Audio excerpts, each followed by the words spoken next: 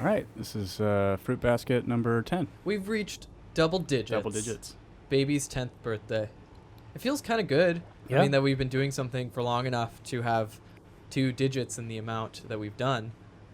10. Mm-hmm. 10, that's like 10 hours of content. I think I'll get much more excited when we have the podcast Quinceañera. Oh, yeah. Yeah. Yeah, that's going to be really good. Yeah, lots of Oh my gosh.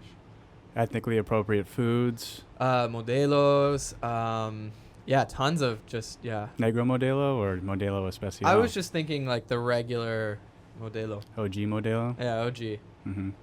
That's probably a good idea. And then we can also lose our virginity on that night. Oh my God, yeah, I've Yeah. been waiting to do that with you. That's just been like on my bucket list for so long, Yeah, Jordan. a little bit of virginity Yeah. losing. Yeah. Oh, I'll wear my special pink dress. Perfect. Yeah. Your quinceañera huge, dress. poofy, and you'll wear a greasy white tank top Perfect. because you are garbage.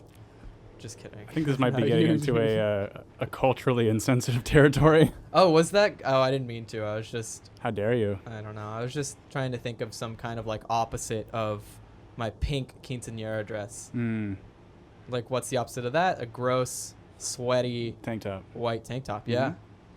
Yeah, I didn't mean to make that racially insensitive, but if it were, I'm just going to dive right in Well, you know, and be totally racist throughout this whole podcast episode. we got to spice it up somehow. I mean, we gotta hold the regular Excuse me, listeners' spice? attention. Spice. That's a pretty racially charged. Culturally appropriating. Because white people spicy don't food. spice their food, No, Jordan. of course not. Yeah.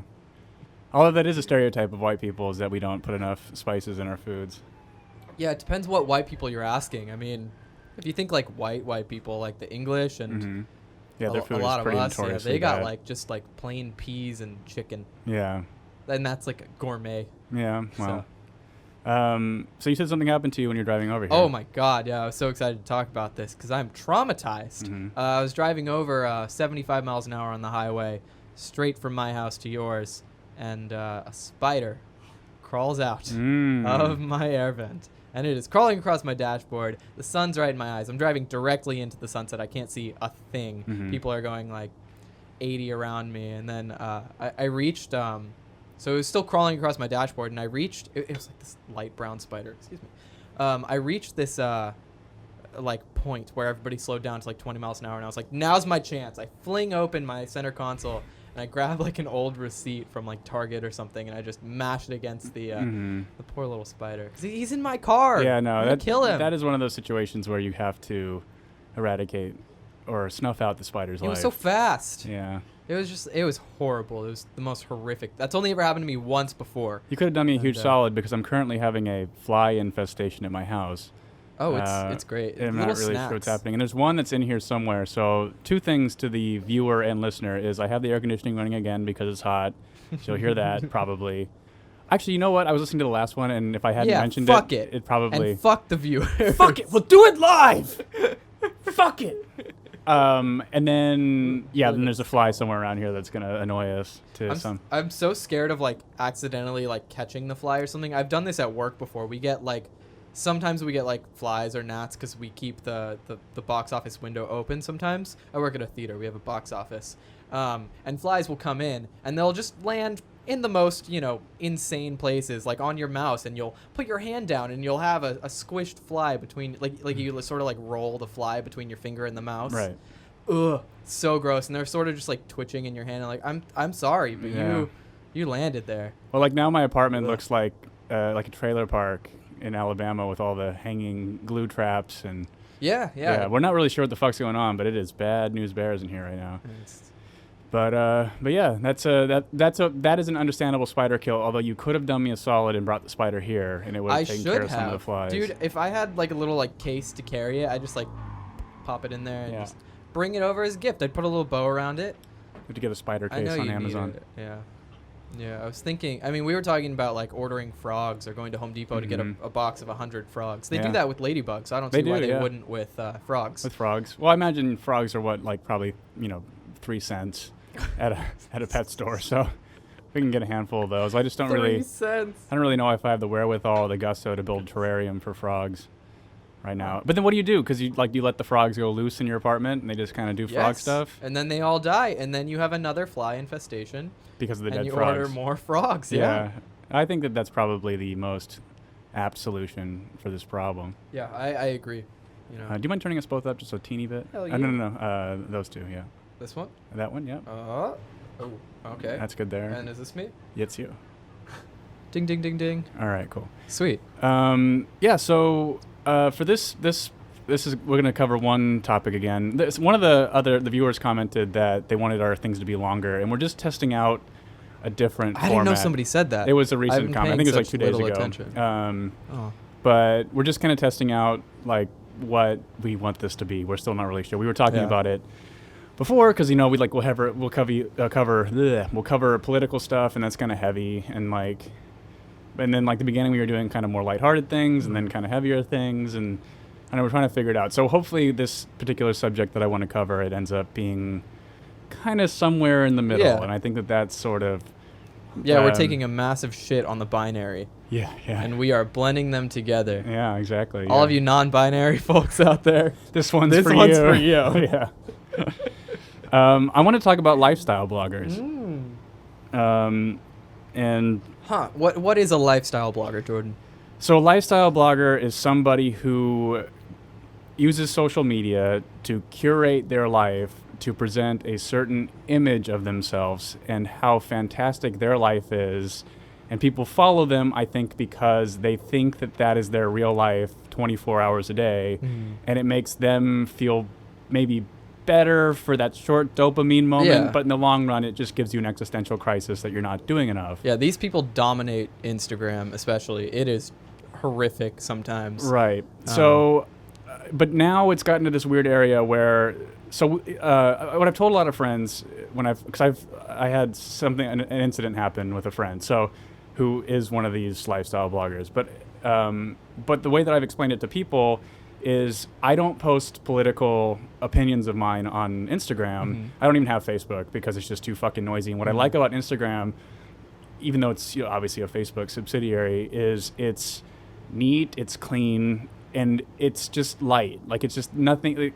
But there are some fucking assholes that will post politically charged stuff, like that guy that posted the end white supremacy with his Nikes. Oh yeah. What's that helping? Nothing. Also just how little thought he put into like the human rights violations that Nike participates in, and how corporations don't take risks. They only do what they know will make them money, and this has been proven by the controversy that it made them about $160 billion in... That's real cool, dude. Yeah, thank you. $160 billion in free advertising. So it's one of those things where they knew this was going to happen. It was the same thing I said with that James Charles kid who was on the cover of CoverGirl, and they go like, wow, this is such a brave thing for CoverGirl to do. It's not. And I'm like, no, it's actually incredibly safe because this is going to get them a bunch of attention for propping up this queenie kind of empty gay guy. Oh, Sister Charles? You don't like her? I do not, no. Well, I just think I don't know how old that he is now, but at the time... He's an adult. He's my age. But he still acts like a little child. So, that's kind of the thing, too. But at the same time, in his defense, I don't really understand makeup twinks. And so that's kind of like my I don't either, actually. issue. I don't see any desire to wear makeup. I fuck men because I don't really like femininity. Wow. There's just nothing sexy to me about femininity. I avoid it because it's an extra step to get ready. It's like I've never wanted to wear makeup. And when that makeup comes off, their skin is just horrible. Oh, yeah. Because it's just like, that can't be good. It's just bad news. I don't know. I don't know much about makeup. I don't know how valid that statement is. Well, you're caking shit on your organ that needs to breathe, and it's like, I don't know. It can't be good. But anyway, man, sometimes I'll wear like a face mask sometimes, and I spread that shit on so thin that you can see like every pore, you can see every bump on my skin, or maybe it has to do with the consistency of the face mask. But I look at my face in a face mask after it's dried, and I'm like, holy cow, I'm an ogre. Oh well.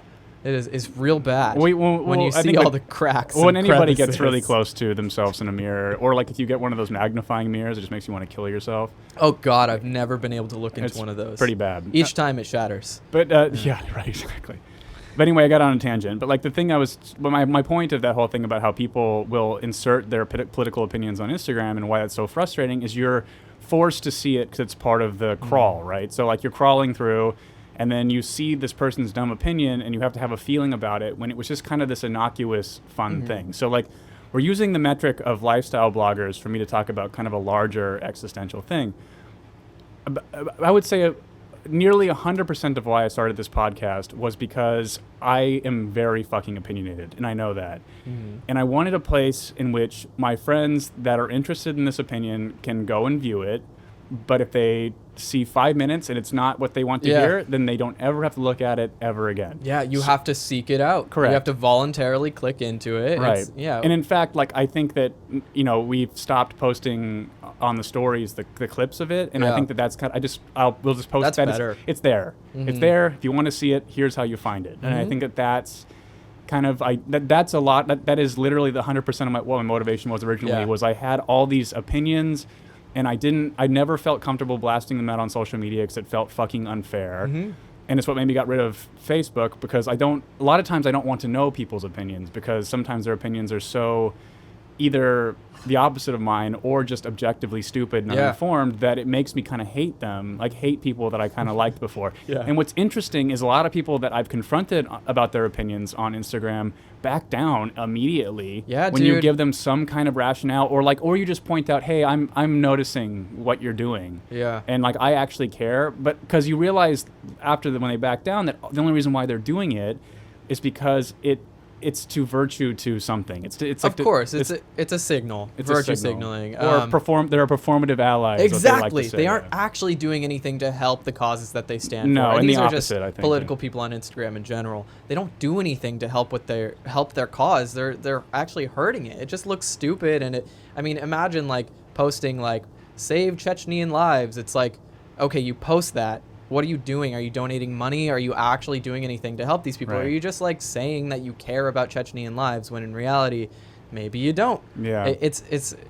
Or making out in front of the Chechnyan embassy. Oh, dude, that did so much for them. I can only imagine how grateful the Chechnyans were to have seen that. God bless you, Adam Eli. You really made a big fucking difference. Oh, we haven't talked about Adam Eli in a long time. That's because he just doesn't matter. I haven't even seen his face in a long time. It's so funny, too, because that organization, the Voices For thing, it's like a lot of people that have been in my kind of gay orbit who I couldn't stand, and I felt them to be very false and really bad people, are all a part of that organization. Somehow they gravitate. They're connected to it, and it's just kind of like, oh my God. It's some weird performative allyship, and it's like, I don't know, it's weird because everybody involved with it is sort of just virtue signaling the whole time they're there. It's like the kind of thing, like, I do feel empathy for those people and compassion, because I understand, and I think your generation, like Gen Z, and you're right, like, you're barely in it, but I think that even the ones that are younger than you, within like a year or two of it. Yeah, I noticed that your friends seem very kind of indifferent. Like, when I'll kind of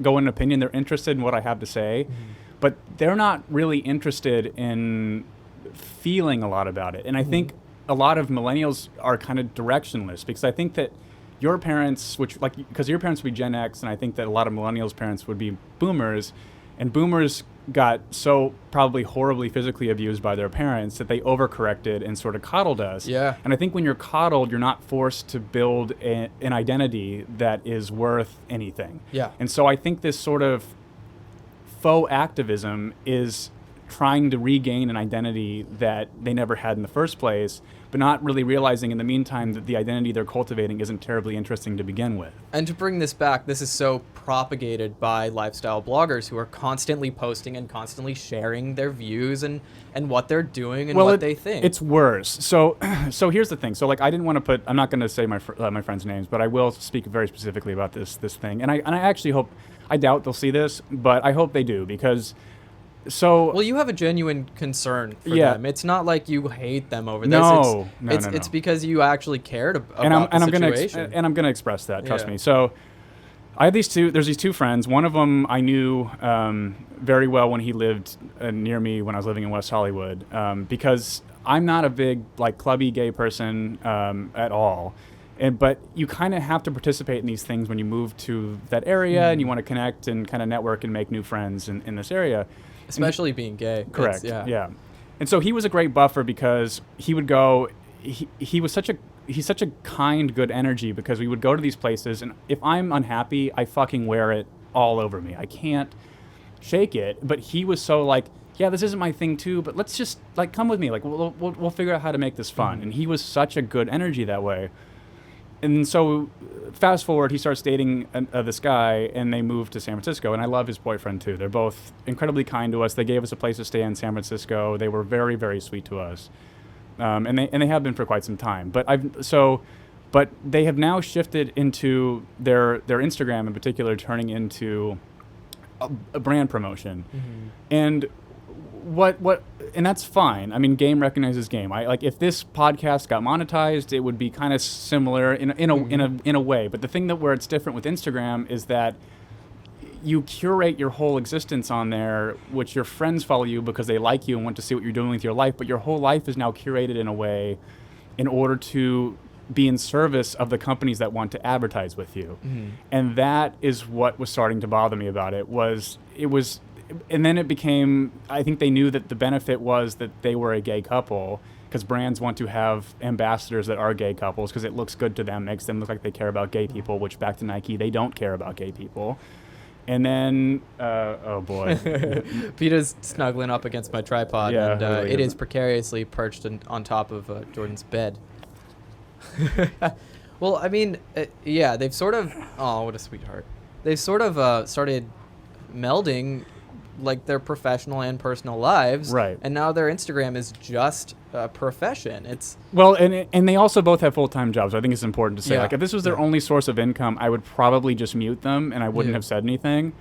But I ended up sending a pretty harshly worded message to the one. They both posted this, but I only saw the one first, so it went to the boyfriend, who I know less, which I kind of regret doing it that way. But I was so. I you know me so well. If I'm hot in the moment, I just like it gets bad. So, but what they did, so they were arm in arm on a couch, looking like, they had their phone kind of point out in front, like with the camera flipped, arm in arm on a couch, plugging a dating app that I've never heard of before, and it wasn't even the app or it just, something about it like creeped me out. It was robotic, and I saw it too. Yeah. I think right before it disappeared, but it was very bizarre and seemed very inhuman. It was just like, I don't know. It was as if they were reading from a script but talking about their own experiences. So it was I don't know, formulated, but and exploiting their relationship. And Exactly. that was the crux of it for me. So like, to me, what it felt like was the stage mother who exploits their young child in order to make money. Like, you know what I mean? Like, it just had this like very dark undertone to it. And I think that it's like, I felt this need to say something because it was so, it felt so bleak. And this is something that's been under your skin for more than just now. And it's not them and it's not that, but it's this larger kind of existential thing. And like, so sort of the really common trope that people talk about with social media is that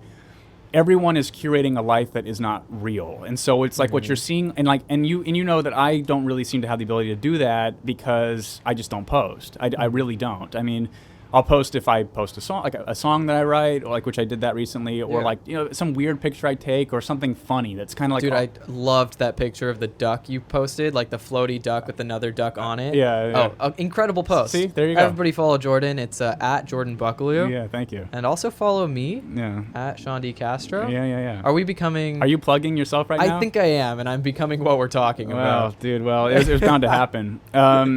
But so anyway, so I sent them a message that just said like, hey, I know this is going to come across as very harsh, but I said, do you ever feel like by basically putting out so much of this fake sincerity that you start to call into question your own sincerity based on who you are? And the argument could be made of like, we're only doing this on the social media app, right? But it's every day from them to, like to where like, every day is the picture of their breakfast and how in love they are because the boyfriend made the breakfast for the person. And to me, it's like, it's not because you care about that he made breakfast for you. It's in service to this brand you're creating for yourself. Exactly, because you are the gay couple ambassador. Correct. You have to keep up this loving gay couple image. Right. And if you don't, your brand falls apart. Right. And so I think that it caused such a spark for me because it made me question everything nice that they did for us when we were there. See, you express this concern with me as well, and I don't agree. I think they still have a disconnect from their social media and their real lives. There's a disconnect between the two, and I think they're healthy in that sense, because I felt that what they did was very nice, and they didn't try to take any photos with us. They didn't try to meld social media into any of our experiences. And I know you were saying that it's because they know that you're not the type to be a part of that, but I don't necessarily agree with you. I think it's just the polite thing to do to not force somebody into a social media encounter. And I think that this is where I'm getting kind of conspiratorial, but Yeah. I think that they didn't want to feature us in anything, and we went to that event with them where we could have been in something, and it would have been easy for them to do it. But we had some pretty heavy conversations about trans stuff and whatever. And I think that they were just like, this is not the brand we want to be associated with because I speak my mind. I don't pretend to be something that I'm not. I don't post a bunch of pictures of you and how in love we are because we don't have to. I don't have to discount it by broadcasting it. It's like, it's so like, I know that I'm in love with you, and so I don't have to show the world so often, because people that show it all the time like that, I question whether or not they actually are that in love, you know? I wonder, because we saw them after we had that conversation about, the movement and trans issues. We saw them, and they invited us to go to that event after we had that conversation. That's true. So, I don't know. I think your conspiracy is valid, but not true. Okay. I hope not. I think they were very nice, and I think that is a genuine kindness and not the kind of kindness that would be. I don't know. You would think that they would have posted more about their kindness and their lovingness towards us while we were there, and being so gracious and hosting us there. You would think they'd post more about it because it's with everybody else that spends time with them. What do you mean? Like if you looked at their posts, it's like with everybody else that is in their orbit. It's like they're usually featured in like, oh well, I'm really struggling not to say their names, but this person, breakfast with, at Tiffany, tit fucker, and it's like, I love her. Yeah, she's my favorite porn star. Yeah, exactly. She fucks her own tits. Yeah, which is an incredible achievement, and honestly, a medical marvel. But how does she do it? I don't know. I mean, you have to watch her films, I guess. But it just to me, it's like I was saying though, it's not really about them exactly. It's part of this larger sort of existential thing of what are we doing, and this kind of does go into like political tribalism and how this unwillingness, to them, and like that sort of living your life through these apps, and I'm sure that people who cannot live a moment without capturing it and curating it, and I used to date somebody like that where it was like, I had to tell him I can't take pictures of you anymore because you make me take 1,000. They're never good enough. You get mad at me, and then you sit on the bed and edit it for like 2 hours. God, that's so fucking and annoying. I'm just like, man, this rings so weird to me, and I can't really wrap my head around it. And at the time, I kind of was just like, okay, this is in service of the career that he has, and like I kind of got it a little bit. But at the same time, it's like you kind of keep watching this evolve and get worse and worse and worse, and people start to get angrier and angrier and angrier with each other. And it's like, to me, the posting of that kind of stuff is escapism to a degree where you don't want to face reality. And then, which I struggle with those people because I'm a very kind of heavy, dark person, like just by nature. I have been since I was a little boy. It's not anything new. And so when I talk like even just like this, which isn't crazy dark, I mean, it's like, you and I have gone down rabbit holes of death or what and like in that it gets very dark.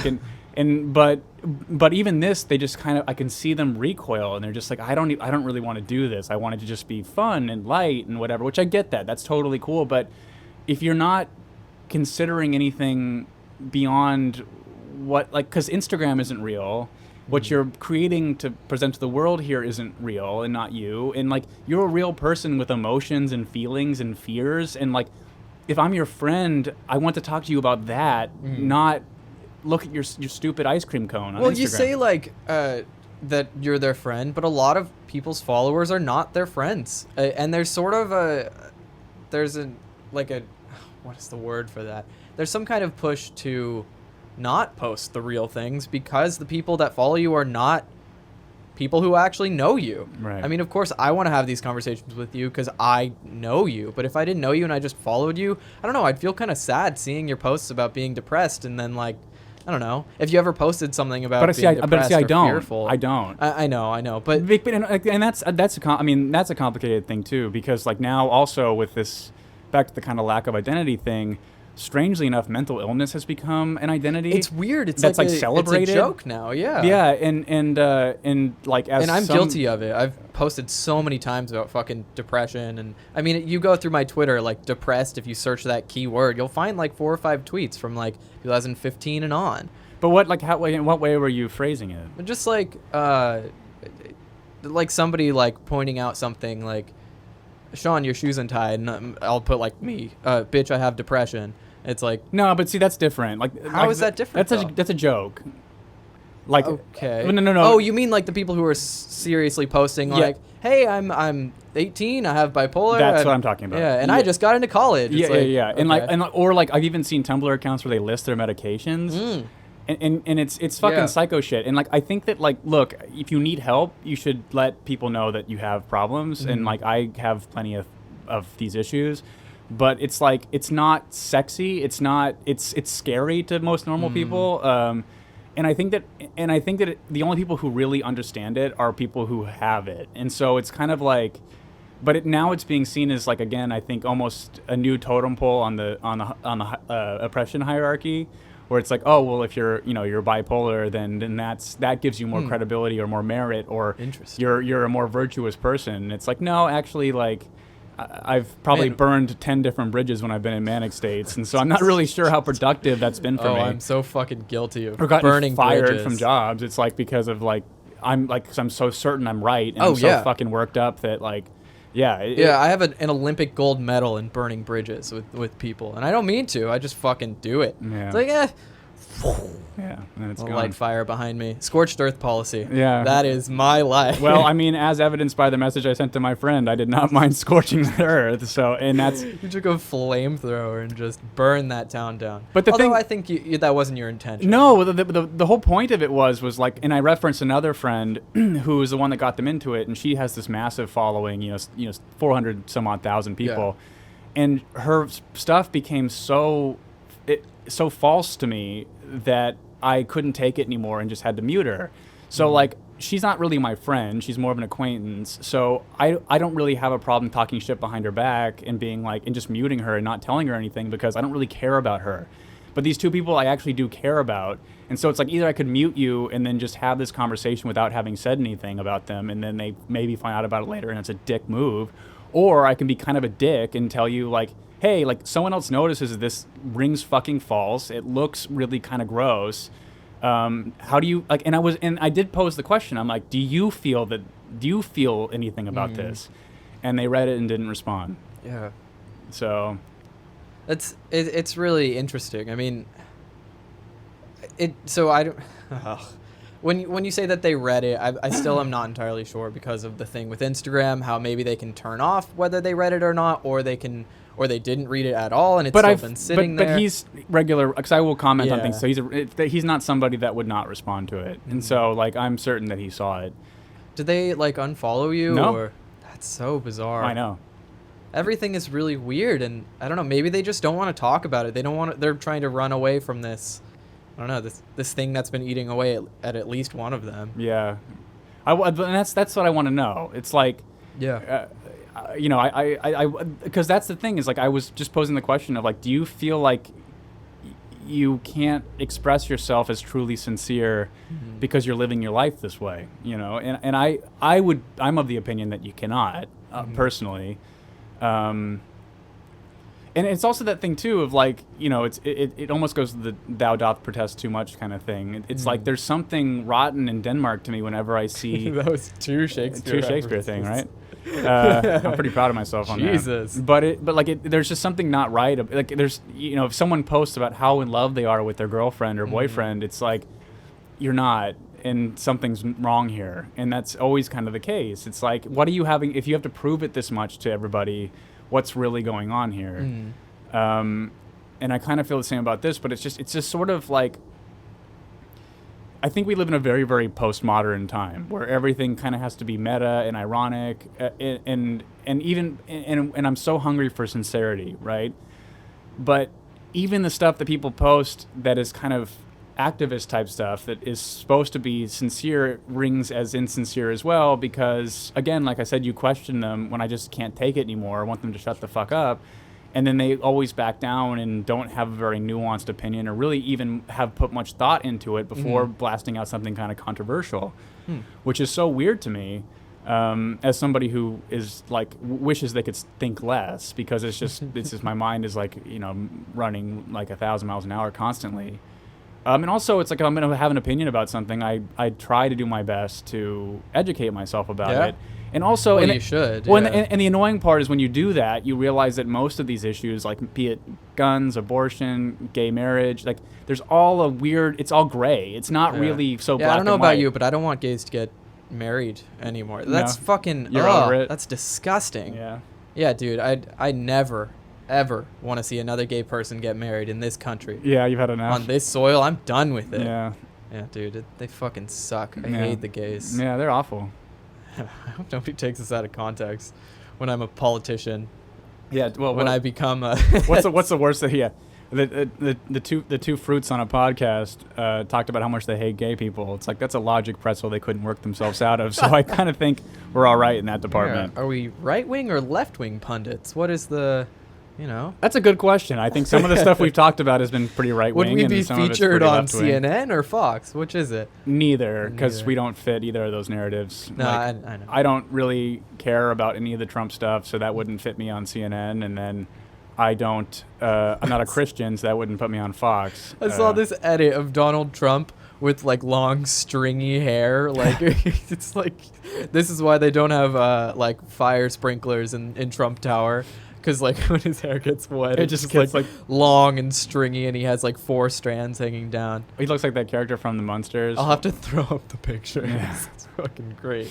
But yeah, it's like it's kind of this larger sort of existential crisis for me of trying to understand sort of where do we fit in all of this? Like if you're somebody who looks at these things objectively when you see them and they cause you a bit of dismay because you're just kind of hungry. I'm hungry for people, number one, to like see that we're more alike than we're different, like in order to kind of diffuse this tribal element of everything. And I think that like, and again, I mean, like, not to make this political, but I think that like the kind of, I don't know if we had this on the podcast, but I've been calling it the alt-left. It's like, so we have the alt-right. The neo-left. Neo-left is what I was using, but I think alt-left is kind of more accurate. It's like, this is like, they're not really representative of the majority of progressives' views. They're of a very niche sort of thing, but they're fucking noisy. Oh, dude, I was listening to this. I mean, you listened to the podcast, Sam Harris's episode with Jonathan Haidt. Yeah, great. I've gotten like halfway through it, but it's really great. And he was talking about how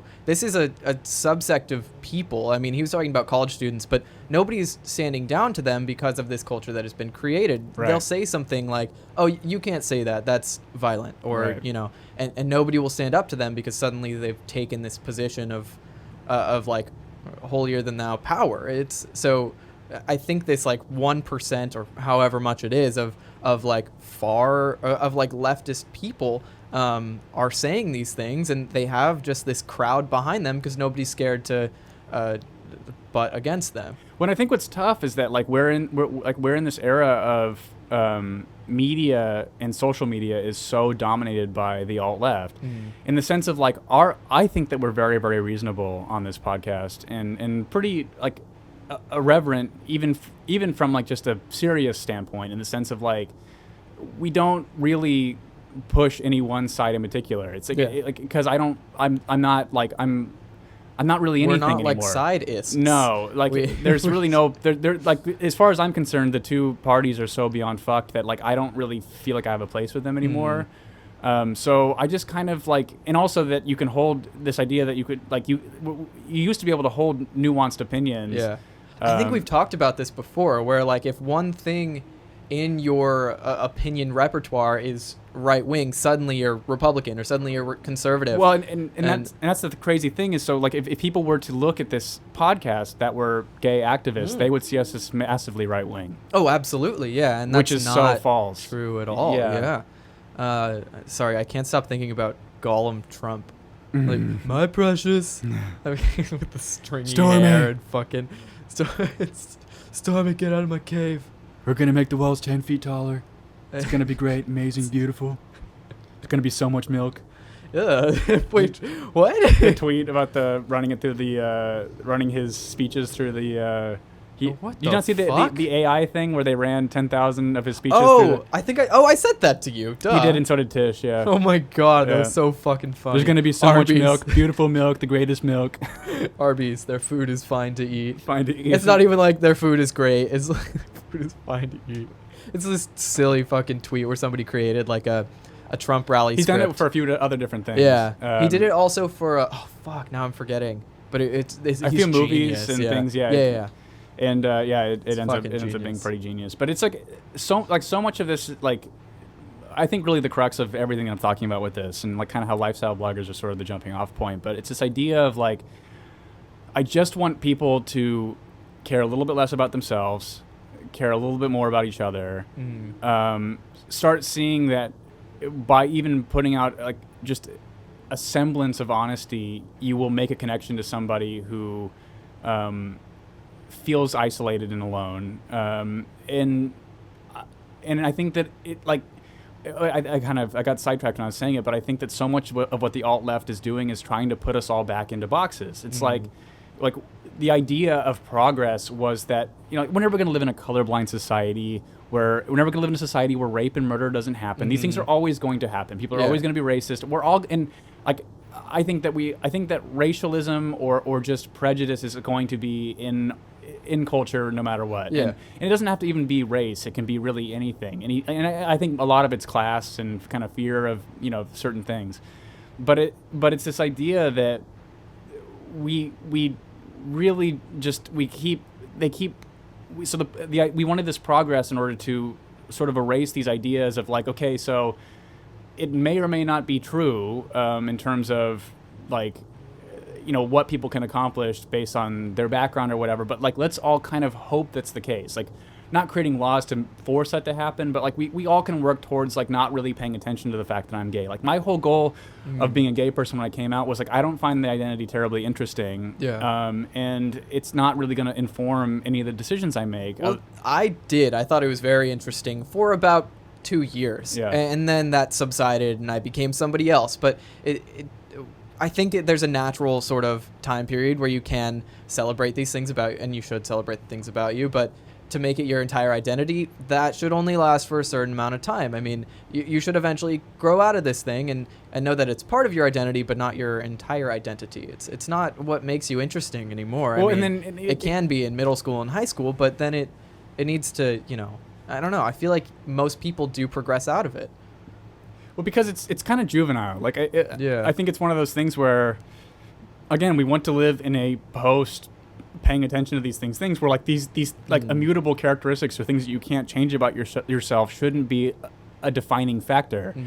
And the only side that seemed to really care about that being a defining factor was sort of the religious right in the 90s, and it shifted so suddenly now into like, well, you'll never understand the gay experience because you're not gay. And I'm like, well, I can do a pretty good job of explaining it to you and how it may vary. And then that one conversation would inform a straight person enough to be like, okay, I get it. Yeah. You know? I'm not trying to police how anybody expresses themselves or how long they take to discover who they are, but I totally agree. I mean, we need to have...